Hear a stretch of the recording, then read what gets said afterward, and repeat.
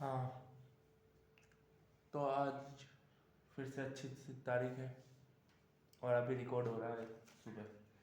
वैसे तो मैं रात को रिकॉर्ड करना ज़्यादा पसंद करता हूँ, लेकिन कल के दिन रिकॉर्ड करने का मन नहीं हुआ क्योंकि मेरे कुछ खास मिलने वाले अब इस दुनिया में नहीं रहे। बड़े पापा थे, लेकिन रिकॉर्ड करना ज़रूरी थी।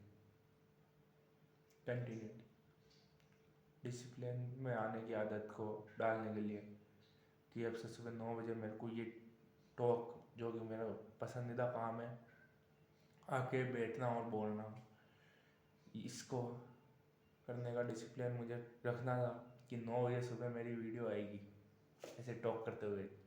इसलिए अभी रिकॉर्ड कर रहा हूँ सुबह के 7:30 बजे।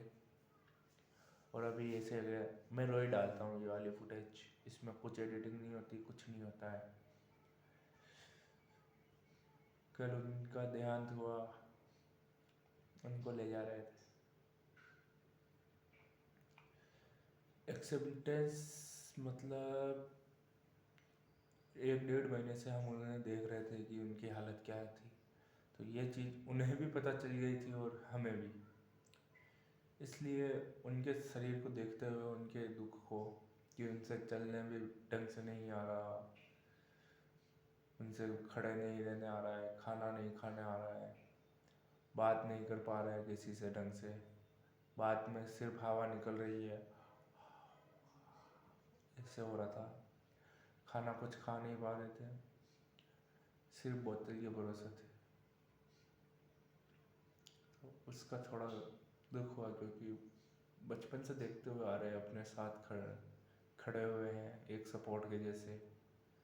कभी भी मैं क्या घर से निकलता था तो उनकी जो दुकान है ना, वो मेरे रास्ते में आती थी।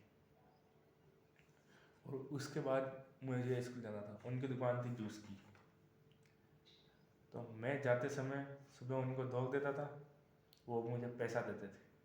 फिर मैं स्कूल जाता था, पैसा खर्च करता था, वापस आता था, जूस पिलाते थे, फिर घर पे आता था।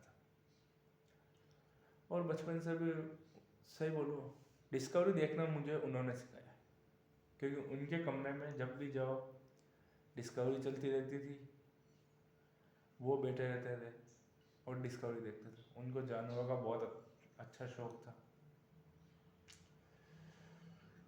बस, और क्या ही कहूँ यार, कहने का मन नहीं हो रहा। लेकिन बात के 5 मिनट का था कि 5 मिनट तक तो डेली बात होगी। वो मेरी वीडियो कभी इसलिए नहीं अपलोड हो पाती, इंटरनेट की कमी। मेरे पास पर्याप्त मात्रा में इंटरनेट नहीं रह पाता है तो वीडियो अपलोड नहीं हो पाती। बाकी कोशिश तो यही रहती है कि हर सुबह 9 बजे मेरी वीडियो आ जाए। बाकी और कुछ कहें तो आज मूड नहीं है, मन नहीं है काम करने का। वैसे भी आलस रहता था, बहाना भी मिल गया, उसका थोड़ा दुख है